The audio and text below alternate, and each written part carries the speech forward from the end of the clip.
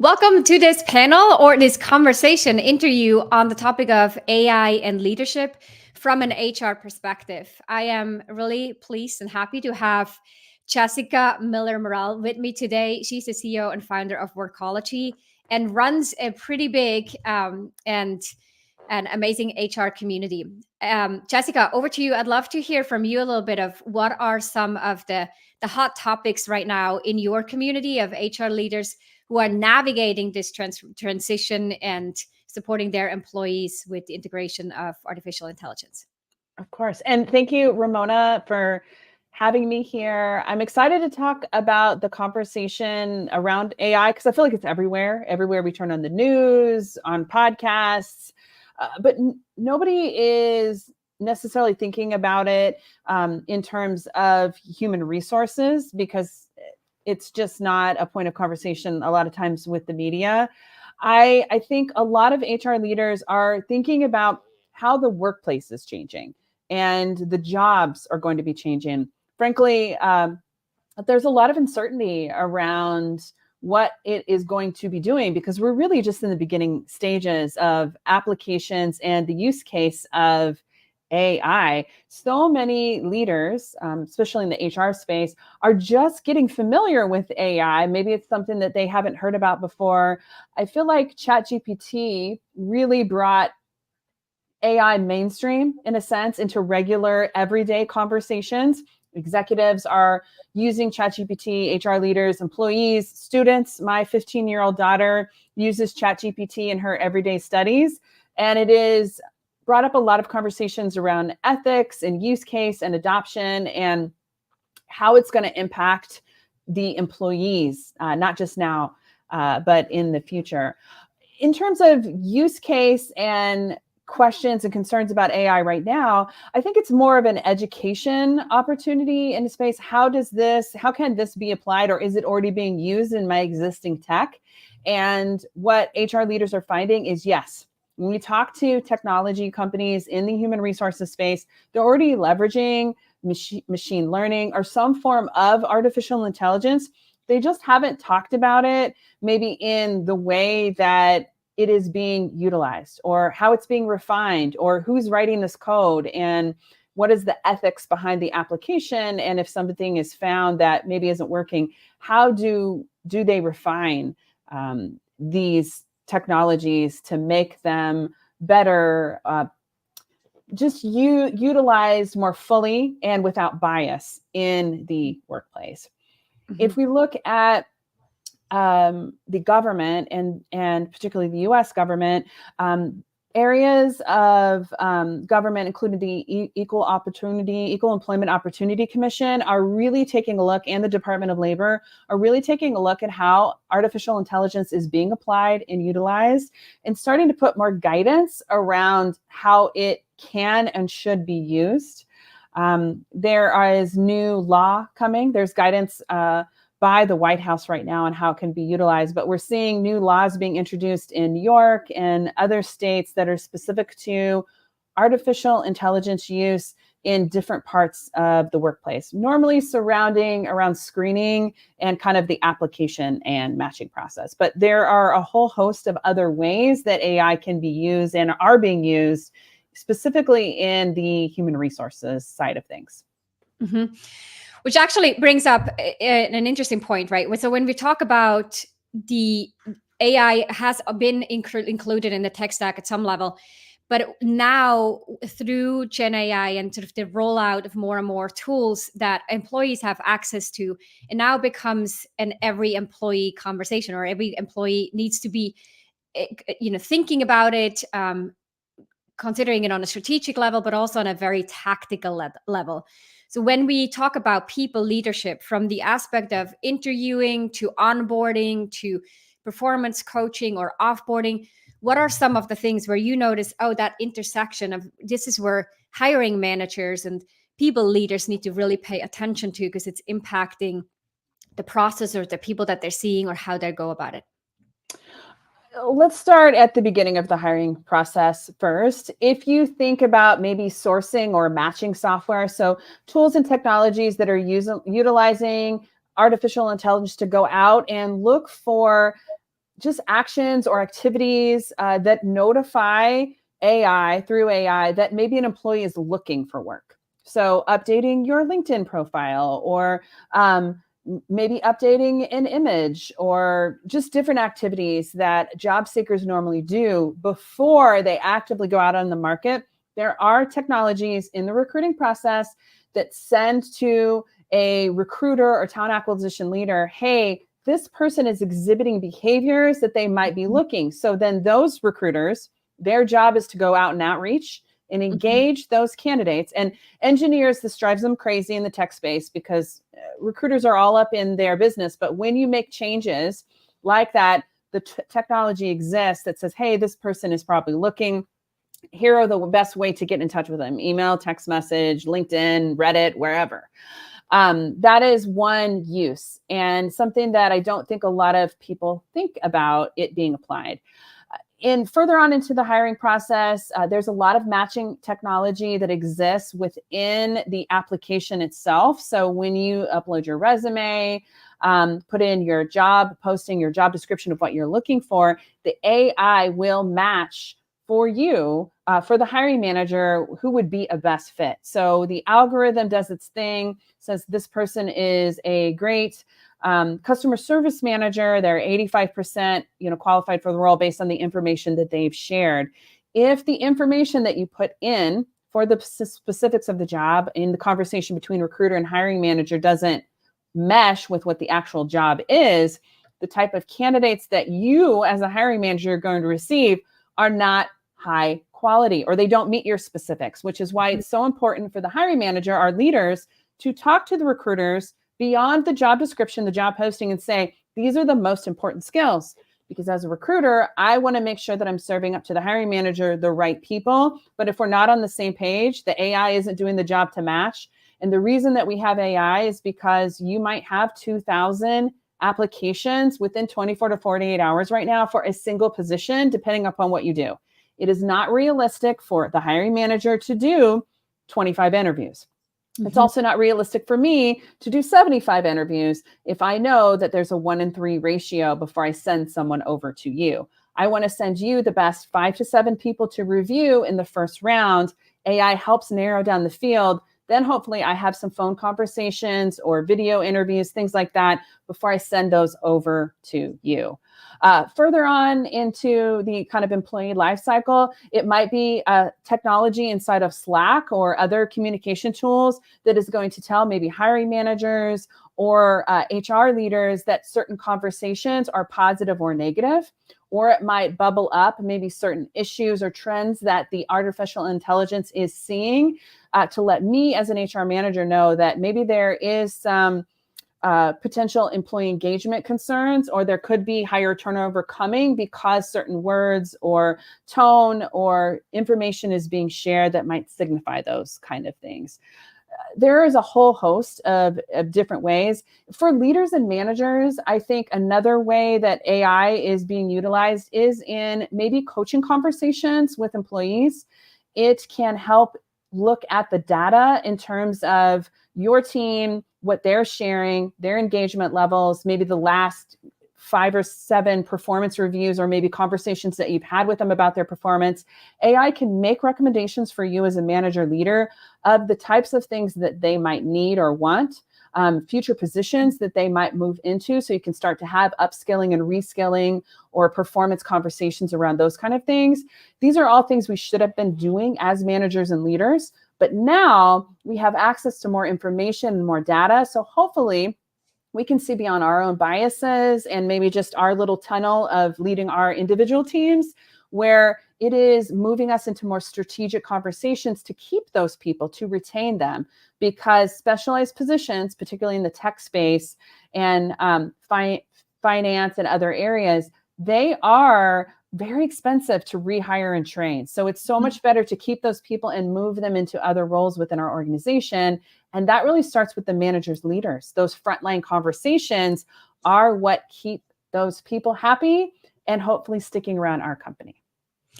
Right, so it turns it into a way more proactive approach because you get those early leading signals, which is interesting. As I'm listening to you talk about this, I also realize that HR with so much access, hopefully access to data and leverage of tools, will become more and more ingrained in the day-to-day and be able to add value through the entire employee cycle as a result of that, which is really great to see. Hopefully, and really, it starts with the organization and really how they're going to utilize the technology and all these different data points.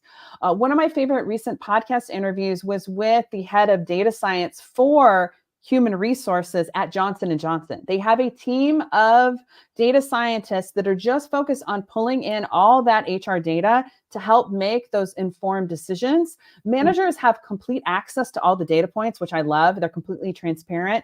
But Johnson & Johnson has set forth some standards around how they use in terms of data gathering, how they leverage the AI, and then additional training for managers and leaders so that everyone's on the same page and that you can understand how one might use this information.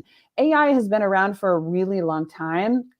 It has been baked in our technologies. I just don't think it has the communication or the education has been out into the mainstream like it is now.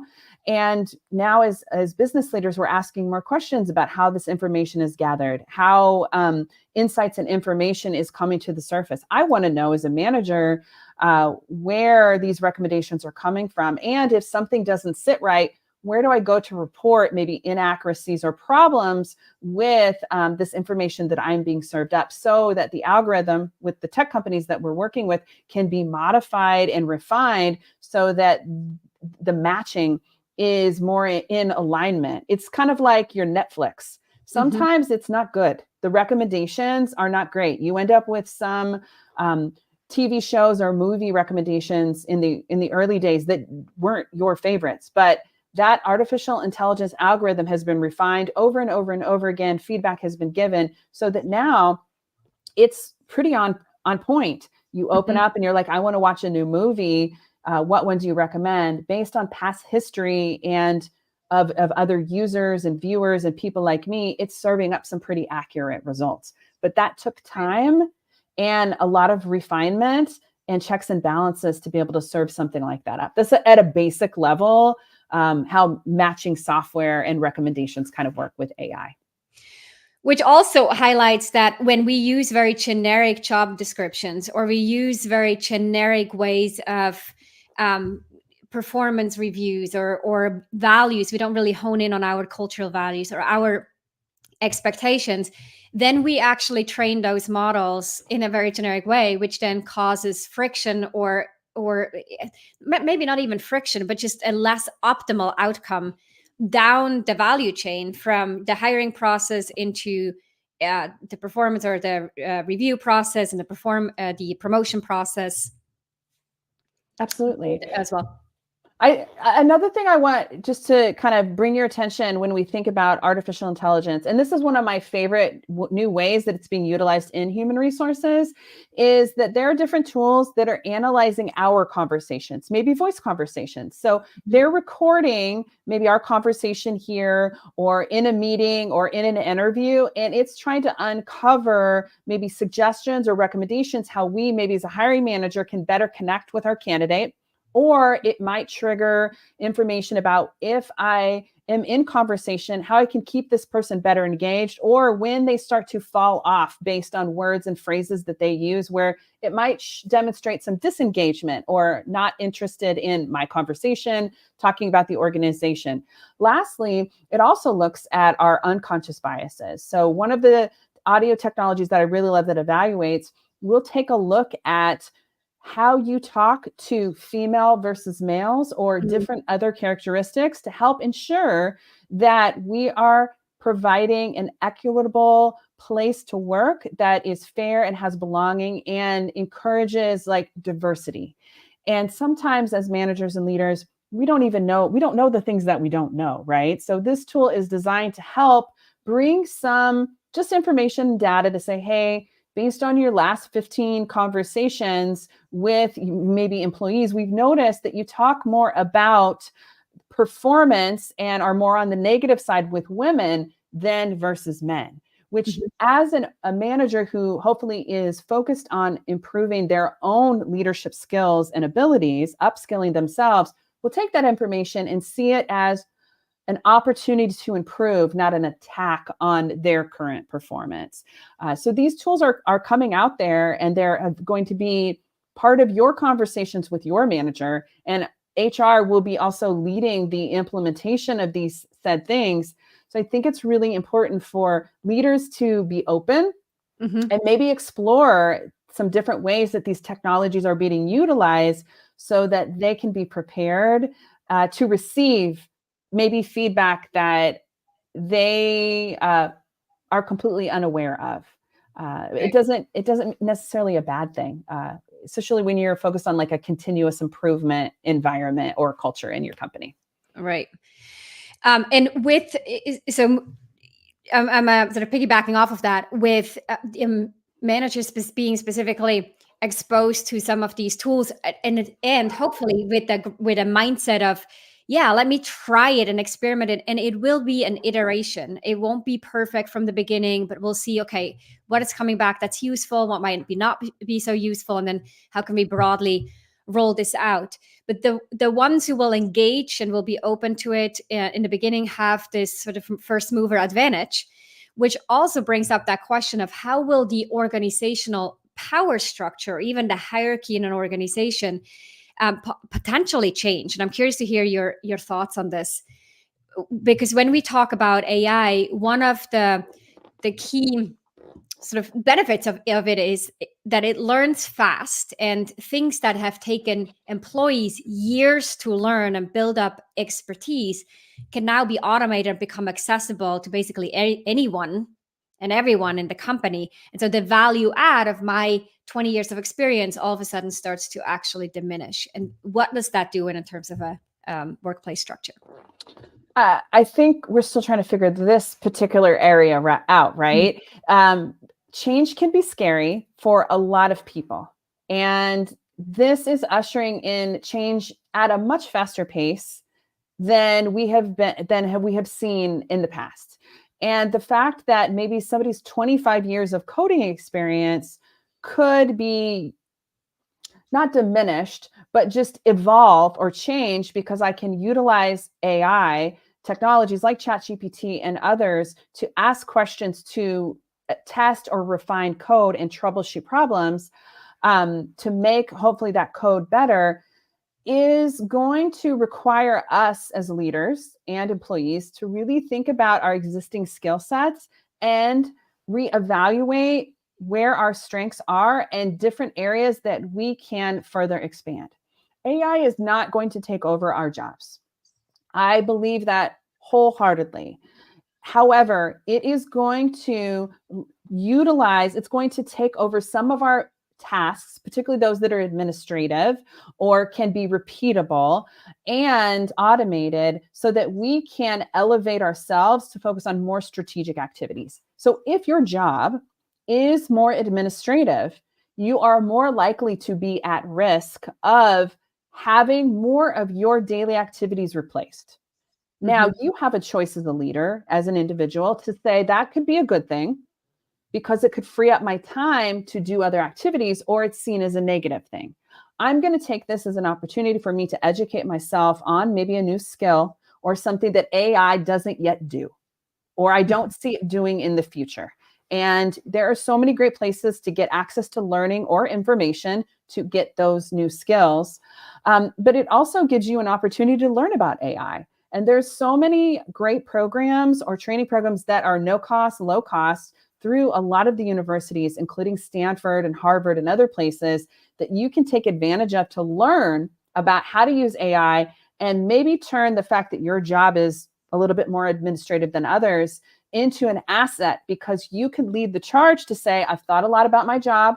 I've done all this research and work in AI. Here are the 7 ways that I think I can oversee the implementation of this AI technology and become a project manager of it, right?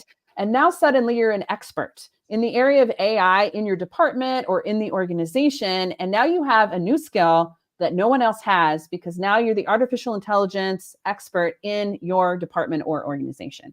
That's how I'm trying to look at things. So if you're somebody who's a lifelong learner, loves information, is always willing to go out there and search for new things, this is a great time for you. This is a great time for you to get over there and get excited and just open yourself up to a completely different world. If you're someone who sees the glass always half empty, wants to focus on the negative, this could be a time for you that is going to be particularly challenging. But what's most important is that you are in control of how you react to these changes and the decisions that you make in terms of how you learn and grow and continue to support in your role right now or in your role in the future.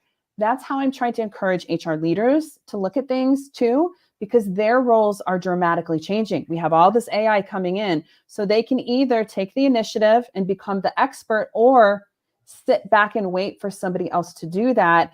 And our jobs in HR, a lot of it can be automated, not completely, but we can either lead those conversations or be left behind. Right. Yeah, we can't really stop it. But I do hear this from clients or in conversations, more so than I initially thought I would hear it, which is really that pointing out the fear aspect and almost resisting to automate, which makes sense, resisting to automate my own job. Why would I do that? Why would I demonstrate that I could do this in a fraction of the time, provide the same value to the organization? That is, career suicide. But actually, to really turn that around and say, hold on, I am going to showcase what I could do, and I become more valuable as a result of that, because then I can replicate this in other areas. But I think for leaders particularly, well, we may think about it this way, but so is everyone else, or so a lot of other people in the organization. And I can imagine even HR sort of if they are the leading or the carriers of some of these initiatives, to address the fears that are real about this and to change people's mindsets, which we know it's not the easiest thing to do. What are some suggestions, or what have you found works well for HR to navigate a transition like this and address the hurdles and the internal barriers that employees have?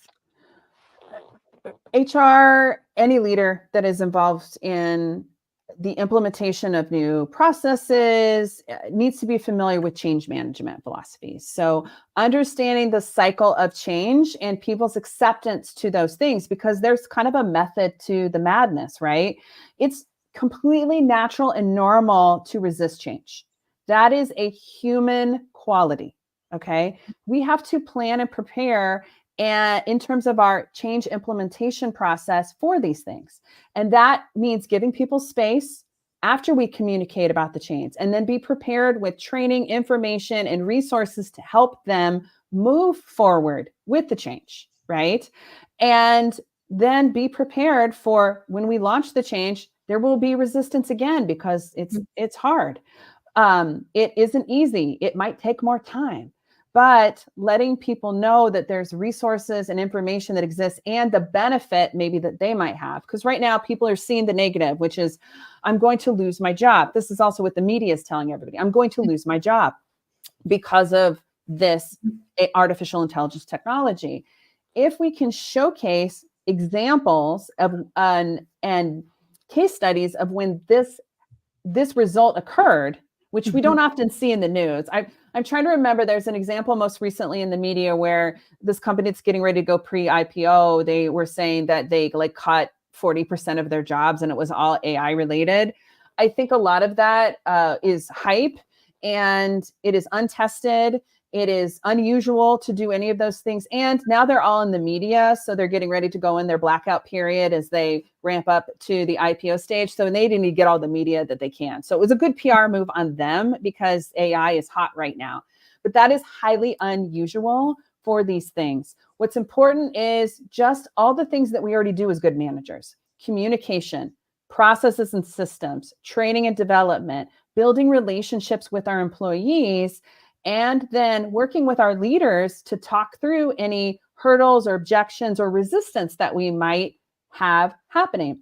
I would encourage you as a leader to think about different ways that we can leverage our people, different ways that you can maybe give your team additional responsibilities, but thinking about it from a business acumen standpoint. How can what this new role that I'm moving into, or utilizing this AI, like free up my time to drive more revenue or productivity in the business? These are the kind of things that are going to safeguard your job.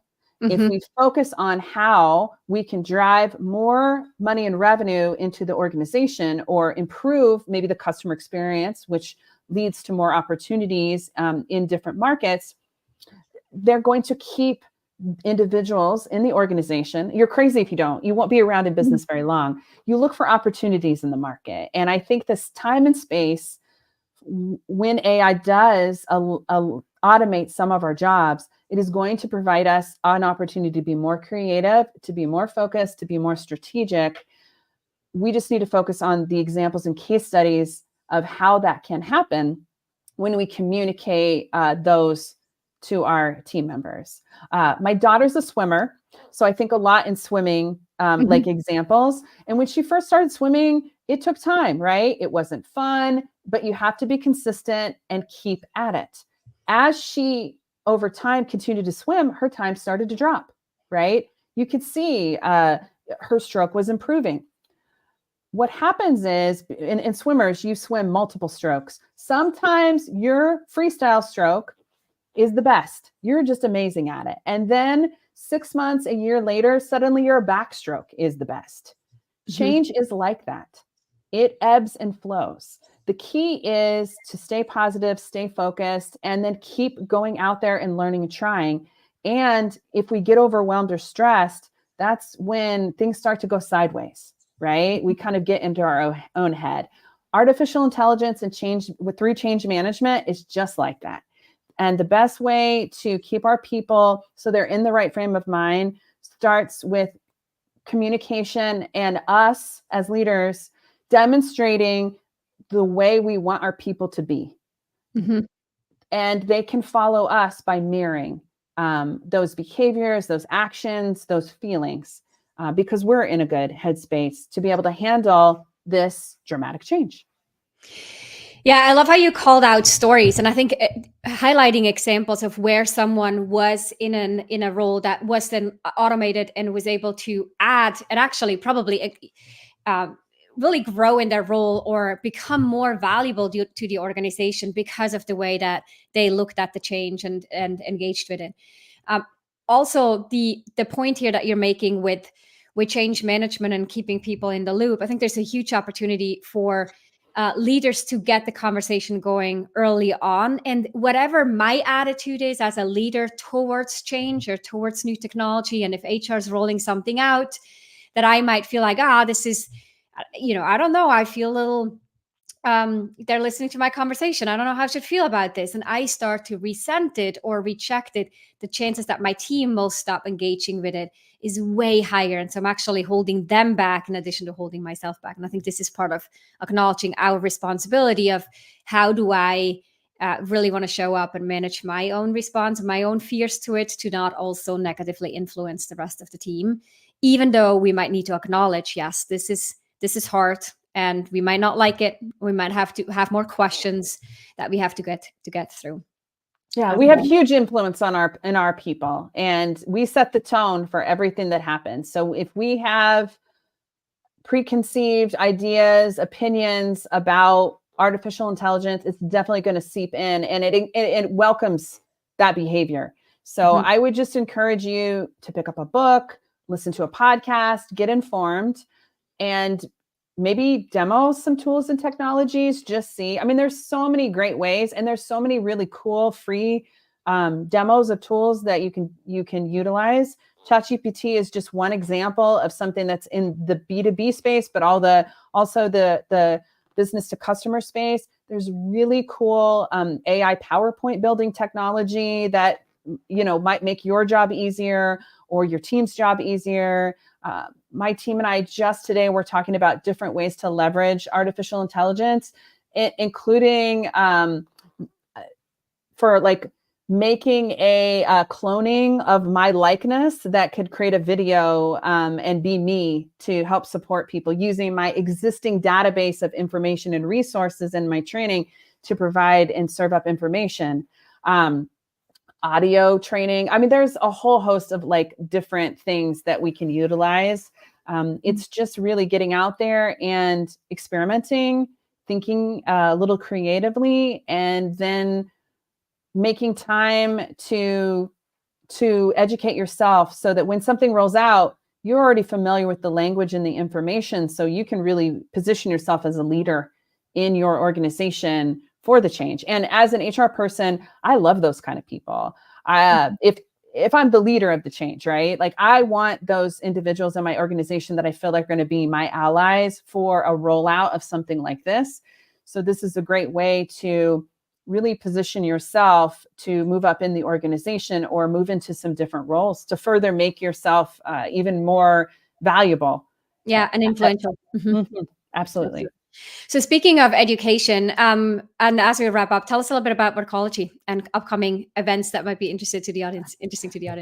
Workology is a destination for human resources, recruiting professionals and leaders. I focus mostly on training for HR and recruiting leaders. And honestly, if you're interested in moving into an HR role, or a recruiting role, or learning more about like leadership training, or kind of having that HR mindset, it's a great place to be able to check out and see what we have available.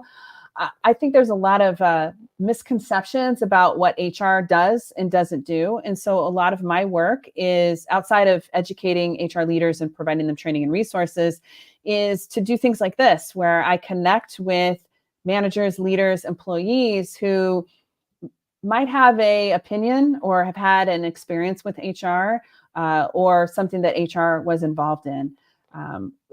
And I don't know, just trying to put their minds at ease. We are really trying to better the organization and support the business. Like you, we have our own jobs and responsibilities and targets and goals that we have to meet. So maybe sit down with your HR person or head on over to the Workology website and check a look at some resources and just ask some questions with your HR leader, recruiting leader, about what their day is like and the kinds of things that they do.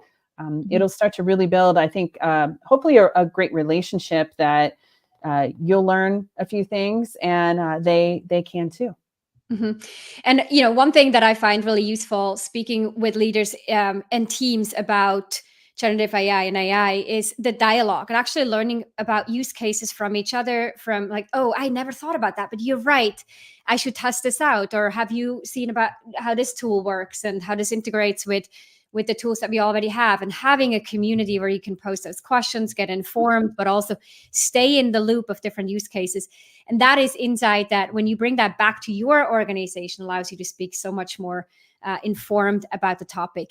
And I know that Workology does that, so we'll definitely link it there in the caption. And if you are in the HR space and you want to stay ahead with AI and the intersection of HR with that, head on over to Workology and check it out. Jessica, thank you so much for being on this panel. You clearly know what's going on and where people's minds are at with the integration of AI in HR. So appreciate you making the time to chat today. I love this topic. It's always changing and evolving. So it's a lot of fun to see what happens next, especially when I have a 15-year-old daughter that I'm thinking about what it's going to be like for her when she graduates and goes off into the working world. Same here. Yeah. Thank you so much.